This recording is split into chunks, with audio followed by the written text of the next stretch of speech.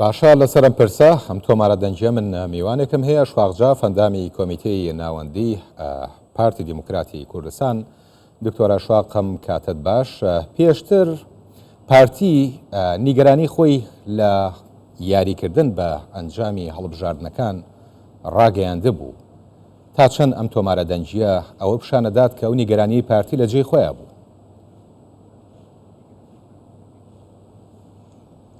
بەڵێ سڵاو لە جنابەت وە لە بینەرانێکی 24 وە سڵاو لە خانەوادەی شەهیدان لە کەسوکاری ئەنفال کراوەکان سڵاو لە هەموو خەڵکی کوردستان. طبعاً بەڕاستی ئێمە هەمومان دەزانین کە پارتی وتی بەشداری هەڵبژاردن ناکەم چونکە بەڕاستی ئەو خاڵانە کە لەلایەنی مەحکەمەی ئیتیحادی دەرکرا بەڕاستی ئەمە ئستهدافێک بوو بۆ پرۆسەی یان دەسەڵاتی سوڵتەی تەشریعی تەنفیزی و هەروەهاش دادوەری هەرێمی کوردستان. لایەنێک هەیە لە کوردستان نەیان دەویست هەڵبژاردن بکرێت، بەڵام پارتی موسڕ بوو ئیسراری دەکرد دەبێت هەڵبژاردن بکرێت لە کاتی خۆی چونکە نابێت تەئجیل بکرێت. پرۆسەی سیاسی و دیموکراسی لە هەرێمی کوردستان ئەگەر هەڵبژاردن دوا بخرێت علامەتی ئستیفهامی لەسەردا ئەنرێت لەلایەنی کۆمەڵگەی نێودوڵەتی، بۆیە پارتی بە بەردەوامی جەختی لەسەر ئەنجامدانی هەڵبژاردننی دەکرد. بەداخەوە کەیسی هەڵبژاردن برا بۆ مەحکەمەی ئیتیحادی و بە تەئکیدش جەنابەت و هەموو خەڵکی کوردستان بینیان کە مەحکەمەی ئیتیحادی دانیشتنەکانی تەئجیل دەکرد و لە کۆتایی لە بریارەکانی تەدەخلی یعنی خۆی کردە بەدیلێک بۆ سوڵتەی تەشریعی کە پەرلەمانی کوردستان کە یاسایەکی تەشریع کردبوو گەیشتنە خولی شێشەم ئینجار دەستکاری کردیان خاڵەکانی گۆڕی لە کاتێکە بەڕاستی بە پێی مادەی 121 دەستور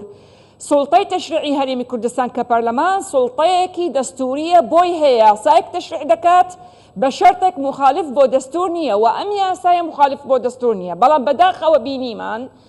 یەکەم شت ئەو دەسەڵاتە لە پەرلەمانی کوردستانی سند هەرێمی کوردستان کردی بە 4 بازنە کۆتاکانی ئلغا کرد لە کاتێککە پێشماوەیەکی کەم لەو بریارە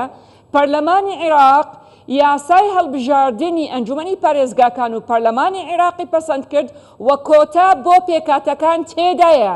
بەڵام بۆ کوردستان ئلغایی کرد لە کاتێککە کۆتا دژی دەستور نەبوو.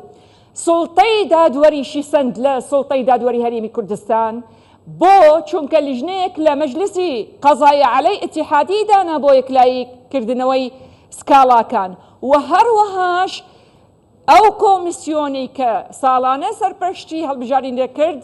دەسەڵاتیشی نەما کۆتایی پێهێنا لەلایەنی کۆمیسیۆنی هەڵبژاردننی عێراق. جگە لەمەش 400,000 دەنگدەری کوردستان کە دەگاتە 20% دەنگدەری هەرێمی کوردستان پەنجەمۆریان نەخێنێتەوە. ئەوە هەمووی ئەمە ئەم خاڵانە هەمووی ئیسباتە لەسەر ئەوەیە کە ئەم هەڵبژاردنە بە دیزاینێکی بیانی بە ئیرادەیەکی کوردستانی نییە. ئەمەش ئەم خاڵانە کە پارتی ئێتیرازی لەسەر گرت یەک ئەگرێتەوە لەگەڵ ئەم تۆمارە دەنگیە کە ئەمڕۆ بڵاو بۆتەوە. باشە ئەگەر دکتۆرە جۆ لە تۆمارە دەنجەکە گرتە بێت تێبینی خۆتمان پێ بڵێ لەسەر تۆمارە دەنجەکە بە شێوەیەکی یعنی ئەگەر ورد بێت. بەڵێ یەکەم خاڵ وەکو ئاماژەم پێکرد بە نسبەتی ئەم خاڵانەی کە پارتی ئێتیرازی لەسەر گرت و وتی ئەمە دیزاینێکی بیانیە و شەفاف نییە، یعنی ئەگەر بەو طریقە بکرێت شەفاف نییە و مافی خەڵکی کوردستان ئەو کاتە بەدەستی ناهێنن چونکە ئەمە خاڵەکان بەڕاستی دژی دەسەڵاتی تەشریعی تەنفیزی دادوەری هەرێمی کوردستان. ئەمە خاڵی یەکەم. دووش من دەڵێم کە سوکاری شەهید پێشمەرگە قەرامانەکان هێڵی سوورن بەڕاستی ئەوان ئەم ئازادیان هێنا بۆ کوردستان بە خوێنی ئەو هەزارانە شەهیدانە ئێمە توانیمان پرۆسەی دیموکراسی لە کوردستان و ئازادی بکەین لە ڕێژیمی دیکتاتۆر و ئەم کورسیانە کە ئیستا لە پەرلەمانی عێراق پەرلەمانتاری کورد دانیشێت لەسەری بە خوێنی ئەم شەهیدانەوە کە سوکاری ئەنفالەکانش بەڕاستی و زیندانە سیاسیەکان و هەموو ئەوانەی کە قوربانیان داوە بۆ ئازادی کوردستان. بۆیە دەڵێم ئێمە بەڕاستی ئەمە بەو شێوەیە، یعنی ئەمە بەڕاستی سەلبکردن بۆ ئەو دەستکەوتانە بە خوێنی شەهیدان بەدەستمان هێناوە و ئەمەش بەڕاستی علامەت استفهامێک دائنێت لەسەر بۆچوونی هەندێک لایەنی سیاسی لەسەر مافی شەهیدانە، مافی پێشمەرگە و مافی کەسەکاری ئەنفال. زۆر باشە. تۆمارە دەنجەکە پارتی بڵاوی کردووەتەوە. پێتان وایە ئەبێت حیزب و لایەنە سیاسیەکانی دیکەش لە هەرێمی کوردستان لەسەرم تۆمارە دەنجیە بێنە قسە، چونکەمە پەیوەندی بە چارەنووسی هەمویانەوە هەیە؟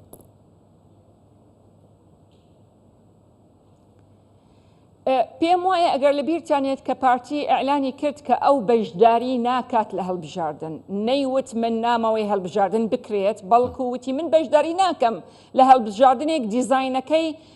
بیانی دانراوە بە ئیرادێکی غێر کوردستانیە، بۆیە من بەشداری ناکەم.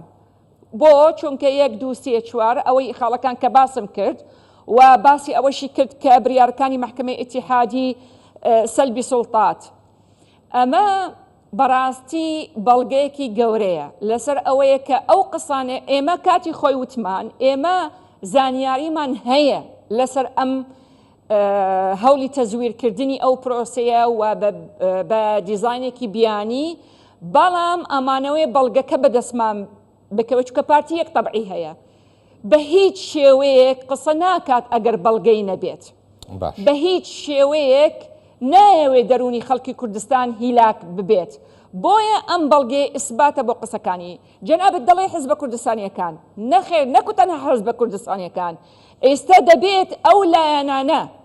کە لە عێراق کە مهمەی نێودەوڵەتیان هەیە وەکو یونایتد نیشنە کە یەکێک لە ئەرکەکانی، طبعاً بۆچی دەڵێم یونایتد نیشنە؟ چونکە ئەرکی لەسەر شانە، ئەو لەسەر داوای حکومەتی عێراقی بە بریاری 1500 هاتوتە عێراق لە 2003 یەکێک لە ئەرکەکانی ئەوەیە کە هاوکاری بکات لە پرۆسەی هەڵبژاردن وەکو عاملێک بۆ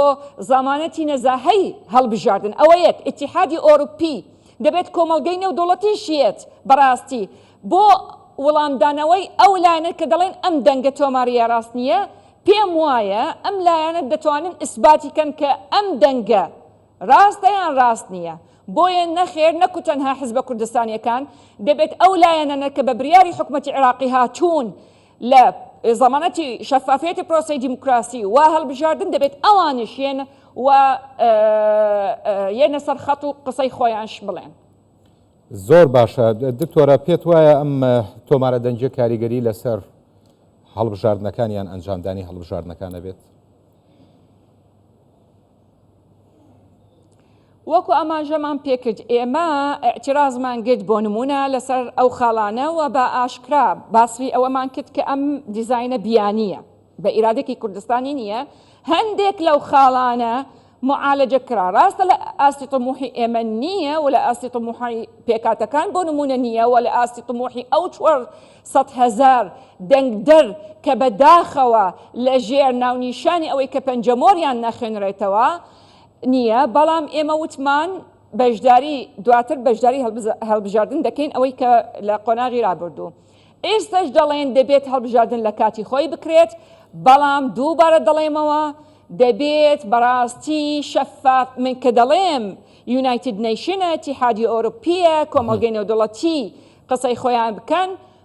لە چی بوارێک؟ لە پاراستنی نەزاهەی پرۆسەی هەڵبژاردن، ڕێگری لە تەزویر، دەبێت چاودێری نێودەوڵەتی دابنرێت بۆ ئەی ڕێگە نەدرێت بە هیچ لایەنێکی دەرەکی تەدەخولی ئەم پرۆسەیە و سەلبی ئیرادەی دەنگدەری کوردستانی بکات و بۆ لایەنێکی دیاری کراو. دەبێت خەڵکی کوردستان خۆیان دەنگی خۆیان بدەن و چارەنووسیان یعنی تەحدید بکەن و پێکاتەکانیش داوایان لێ دەکەم بەڕاستی دەنگی خۆیان بە نوێنەری ڕاستەقینەی خۆیان بدەن. ئێمە